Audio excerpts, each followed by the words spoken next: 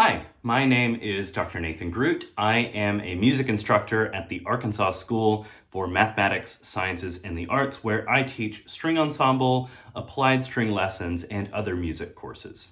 Today, we're going to be taking a look at Wohlfahrt Etude number 6. This one is sort of a perpetual motion type etude. It just goes and goes and goes, has some tricky little things in it.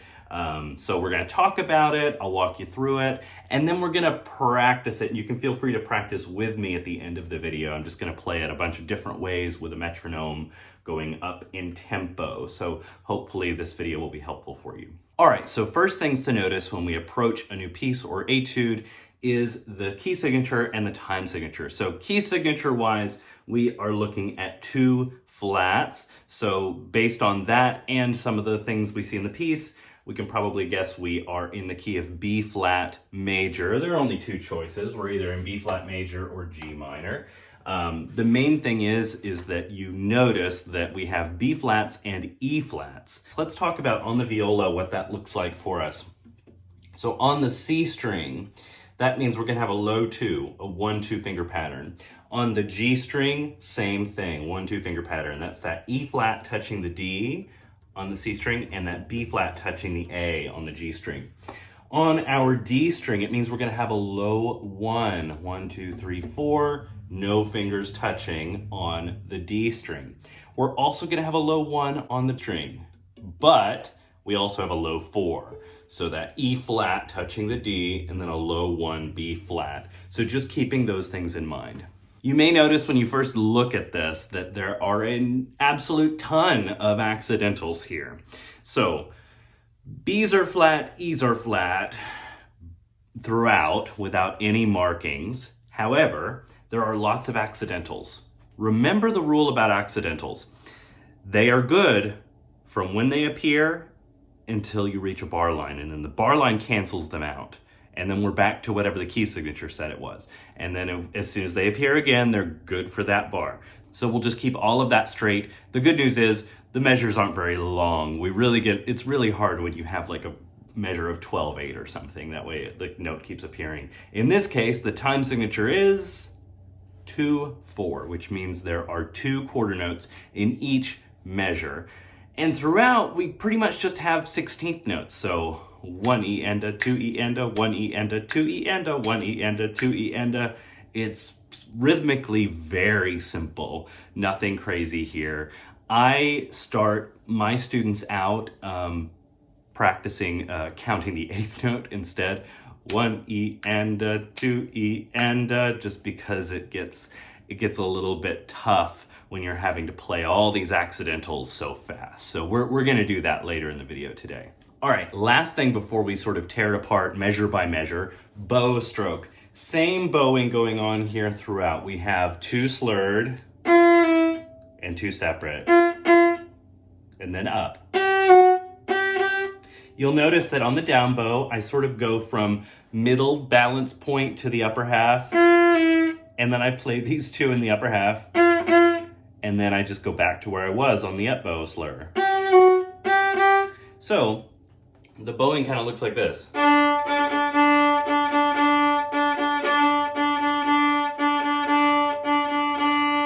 Try to keep it as simple as you can.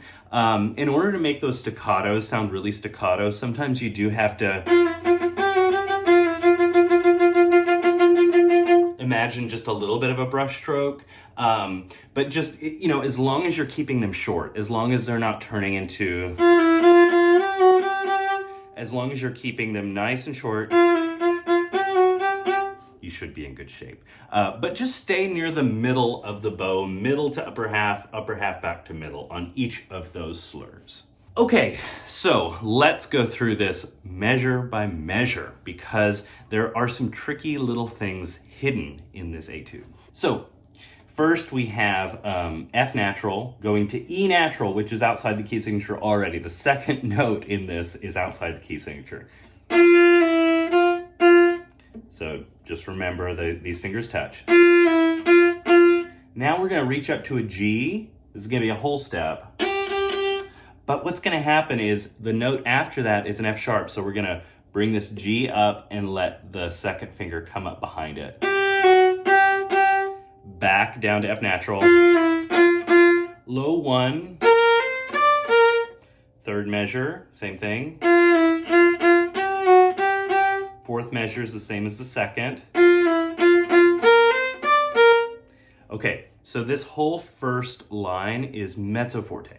So medium loud, save a little room for what happens on the second line, which is a change in dynamic. Forte. So we are now forte on line 2. So how do we make that happen?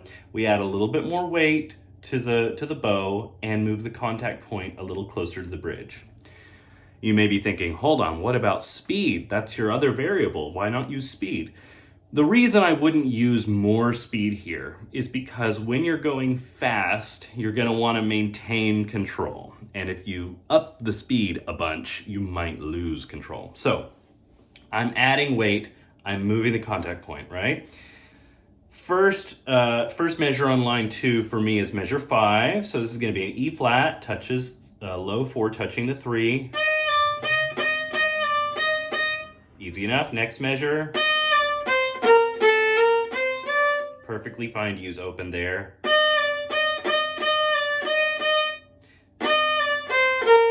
Here I have a marked 4th finger, which makes a lot of sense because it's on a slur. So do use this 4th finger here. Low 1. And this last beat of this line for me, this is measure 8 for me. Second beat of this measure has a decrescendo. So just come down from your forte dynamic there, okay? So I'm moving my contact point just a little bit and I'm letting up on the weight, okay? Measure 9. Very familiar stuff. Measure 10. Same as before. Measure 11. Next measure. Things change. Next measure. Make sure you're using that low 4. All right, next measure. This one's a little funny. We have D, and we use that to bring our second finger up to a high 2. And then we reach back for that low 1. Make sure that low 1 comes back up for that E natural. All right, next measure. Our first finger goes down to an E flat.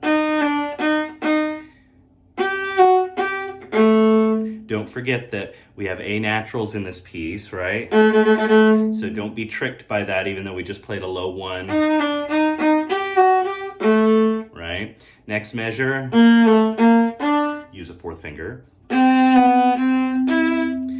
Make sure that your second finger comes up for that B natural. Okay, next measure. Next measure. Okay, now, next one, we have a low 4. Third finger, our second finger comes up. Low 1. Here we're playing with the high 1, low 1 thing. Make sure you're using a 4th finger in this second half of this measure. Okay, next. Next. Next measure, make sure to use your 4th finger. When you put that 4th finger down, feel your 3rd finger come right up behind it. And then reach back for that low 2. And then reach up for the 3. As I'm playing the 3, my second finger is migrating up to find the F sharp. Low 2. Next. Same material. 4th finger, reach up with your 3rd behind it. Reach down with your 3rd for the G natural. 3rd finger goes down, 2nd finger comes up behind it. Reach back for that low 1.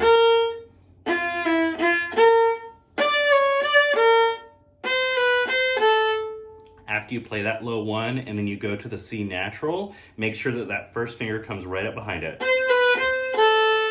Low one. In this last measure, just make sure to count. 1, 2, off, because it's off on the and, right? Okay, so we went through it. Was it that informative? I'm not sure, but hopefully it helps a little bit. If not, just skip through it.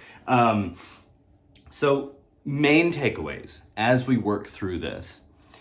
There are fingers that become anchors, and while a finger is anchoring, another finger, sort of like a magnet, goes to it. Oftentimes it's the third finger. So if we have like a low 2, and then we put a third finger down, and the next note is going to be a high 2. Once that third finger's there, this finger should just zoop right there. Sometimes we have stretches back to a low 1. So we're playing around a lot within first position.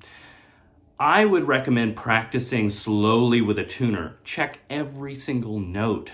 Make sure that you're super clear on where everything is and that you can find certain anchor fingers repeatedly so that you are not sort of lost in somewhere in first position and not really sure where to go because of all this chromaticism, because of all of these accidentals all throughout. So, go through it super slowly. Slow practice is your friend. Note by note if you have to, and try your best to keep all your fingers down as much as you can. The biggest issue with this etude will be if you have one finger down at a time. You will never get it if you try having one finger down at a time, because you won't have anything to measure against. Do you remember when I had those anchor fingers and then another finger sort of goes up to it? That's how you manage all these accidentals. Okay, so we've talked through it a little bit. I think most useful might be just to start playing it and get familiar with it. So I'm going to play with a metronome. Feel free to play along with me. All right, so we're going to play this at various tempos, progressing up to our goal tempo. We're going to start out at eighth note equals 60, which is quite slow, but we want to go slow so that we can be accurate, okay? I'm going to approach this in a slightly different way. I'm going to play it straight as it's written, then I'm going to play a long-short variation, a short-long variation, and then I'm going to play it double the tempo I'm doing, but with a rest in between each measure. I'll explain as we go, okay? So, this is 60, eighth note equals 60, as written. 1, 2, ready, go.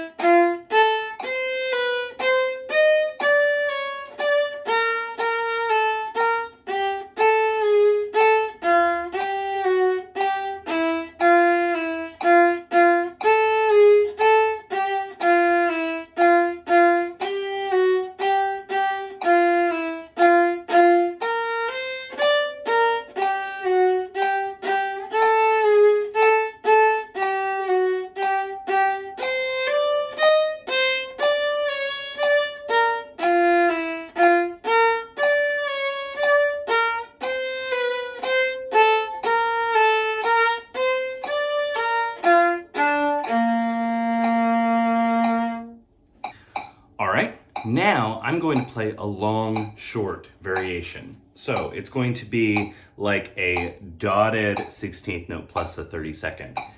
Long, short, long, short, long, short, long, short. Same bowing, but with a different rhythm. Here we go. 1, 2, ready, go.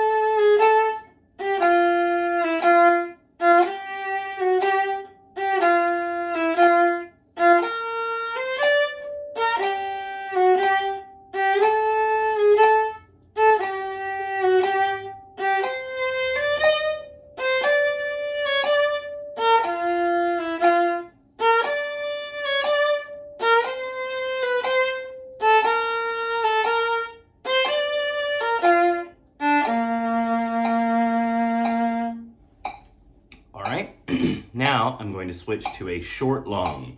Short, long, short, long, short, long, short, long, just like that.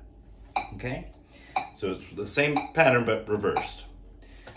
1, 2, ready, go.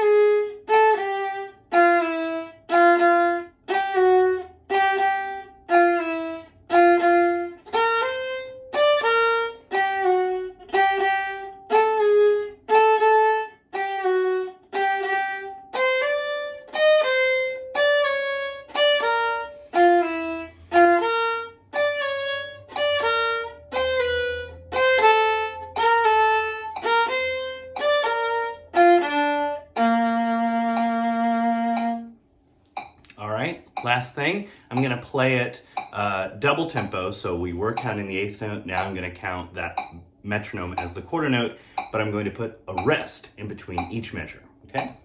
1, 2, 1 E and a 2 E and a rest.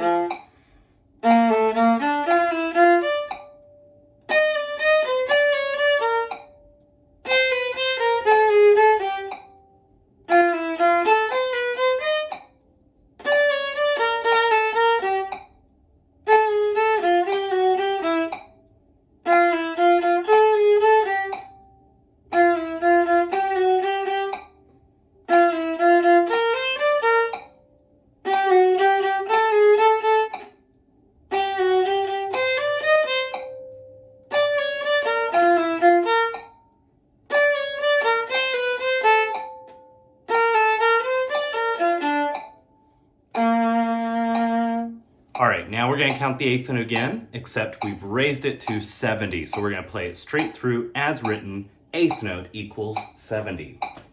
1, 2, ready, go.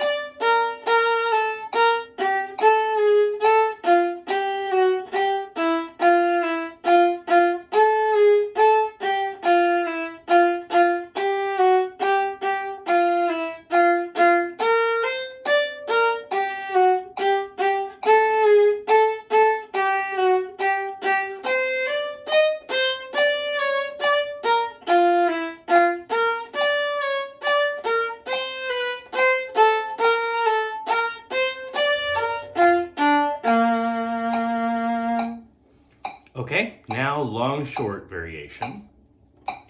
1, 2, long short.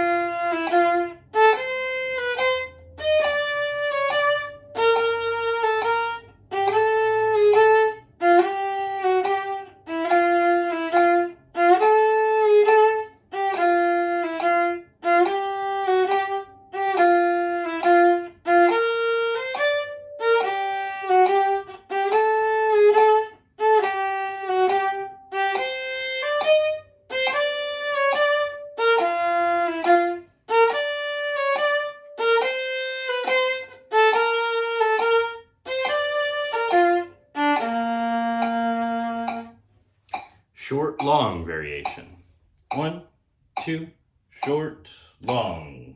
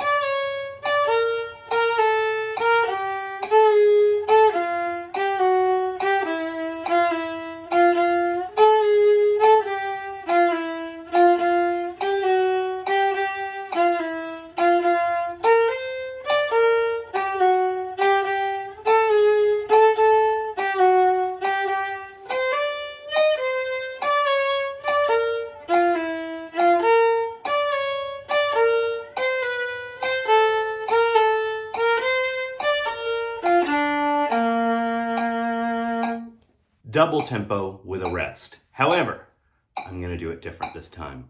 I'm going to add the rest in the middle of the measure instead of between the measures. So I'm going to play the first beat, and then I'm going to play beat 2 and beat 1 of the next measure, rest, beat 2, beat 1, rest, etc. Okay? 1, 2, 1 E and a 2 E and a.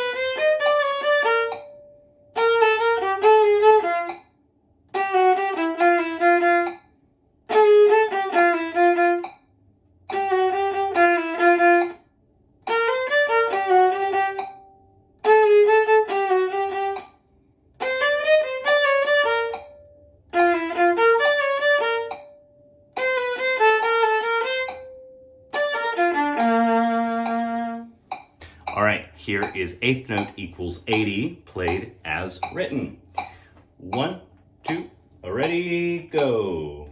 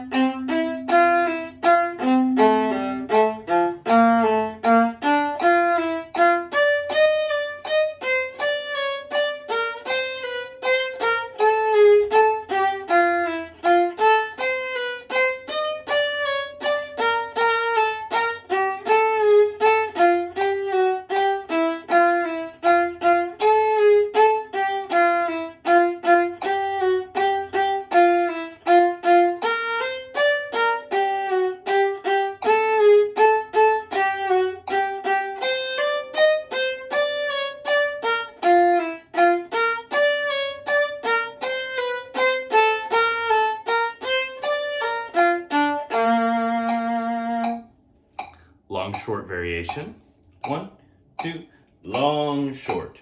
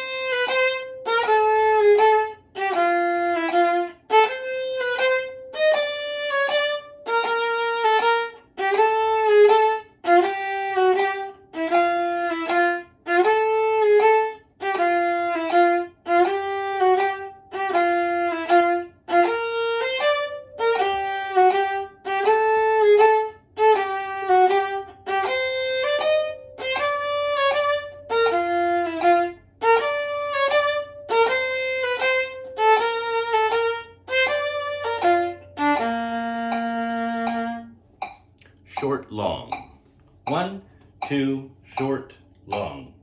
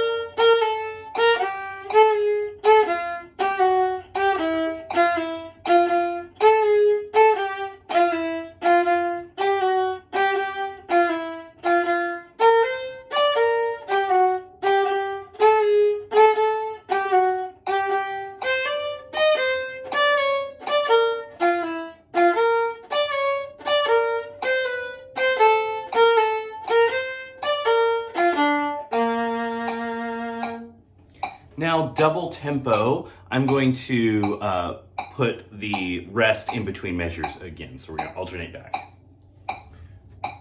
1, 2, 1 E and a 2 E and a.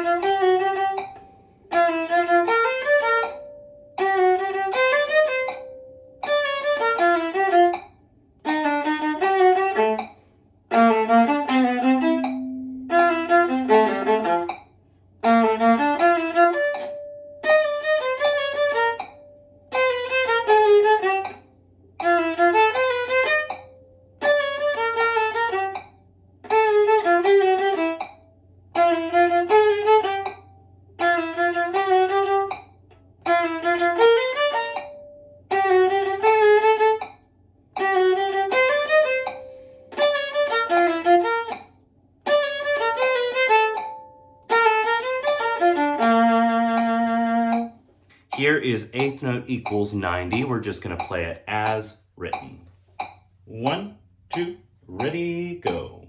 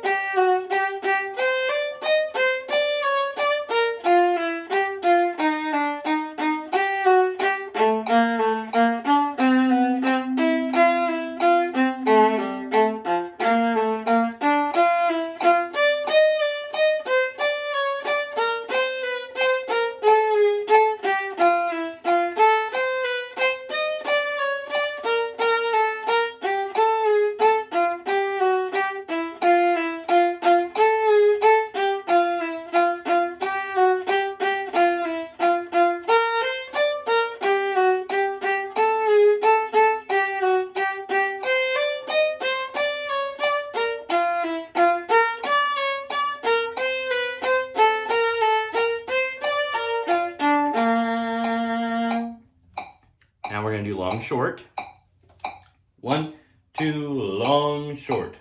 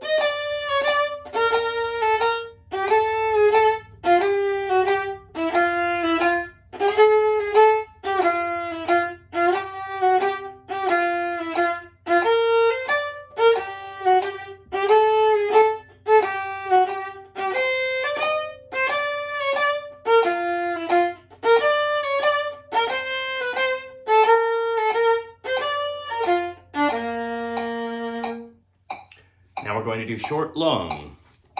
1, 2, short, long.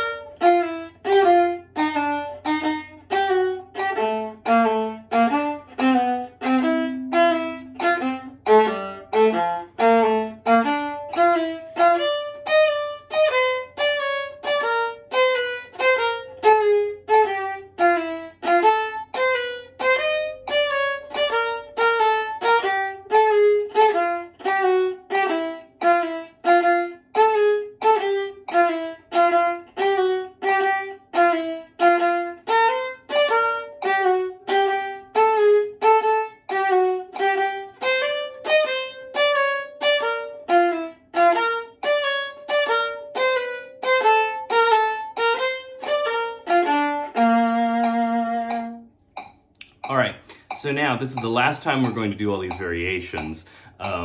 So for the one with the rest, we're gonna do both of them at this tempo. So I'm gonna start with the one that has the rest in the middle of the measure, since we did the other one last time. So I'm gonna play beat 1, and then I'm gonna play groups of 2 beats. 1, 2, 1 E and a 2 E and a.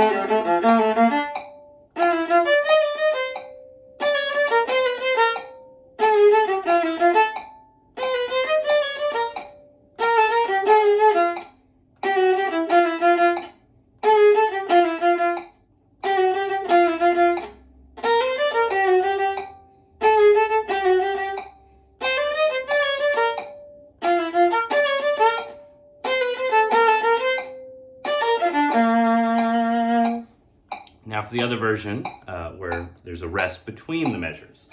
1, 2, 1 E and a 2 E and a.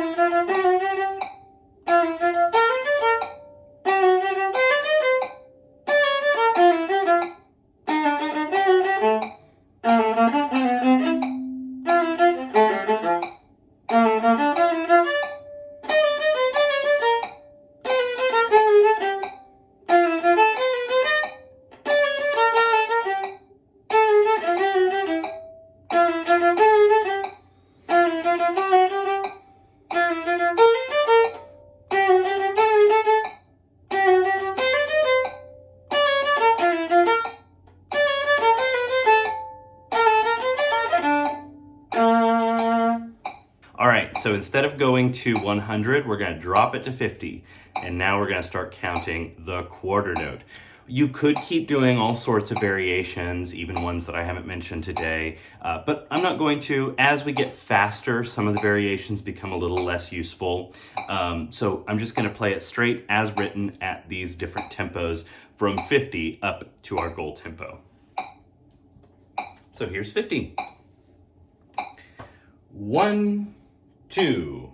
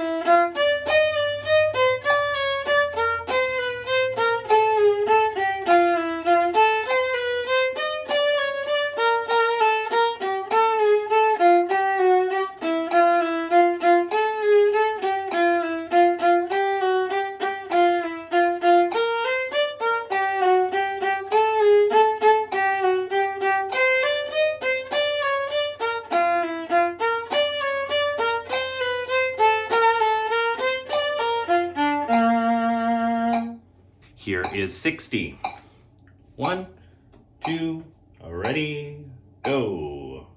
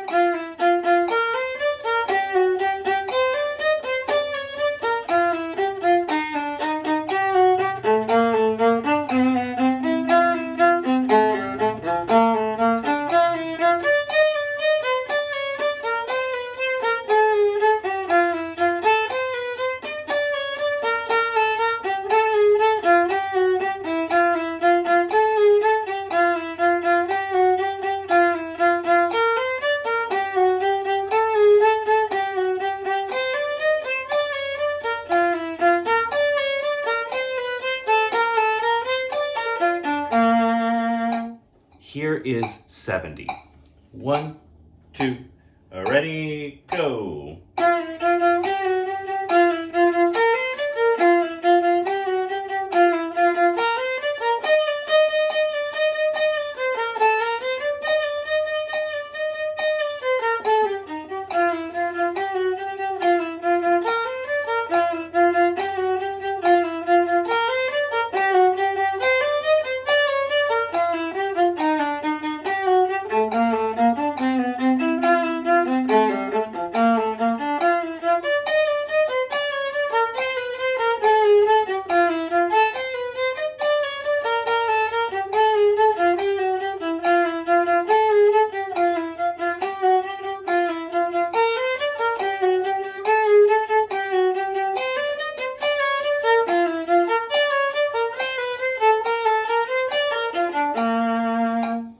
All right, here is 80. This is smack dab in the middle of our 76 to 88 range.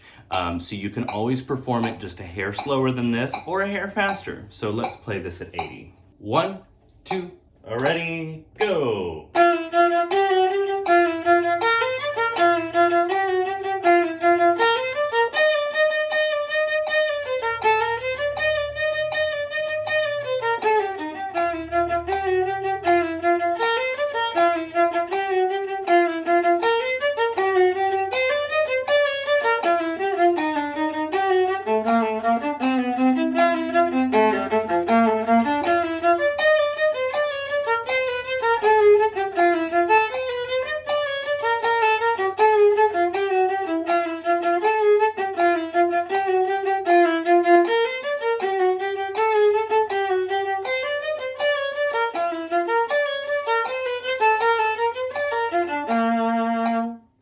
and you can always go just a bit faster or a bit slower than that. All right, I hope this video was somewhat useful. I know I kind of blasted through the analysis part of this. I hope not too much. If I left something out, if there was something I said that was confusing, please let me know, and I'd be happy to try to address that. But otherwise, I wish you the very best of luck with your audition this fall, and as always, happy practicing.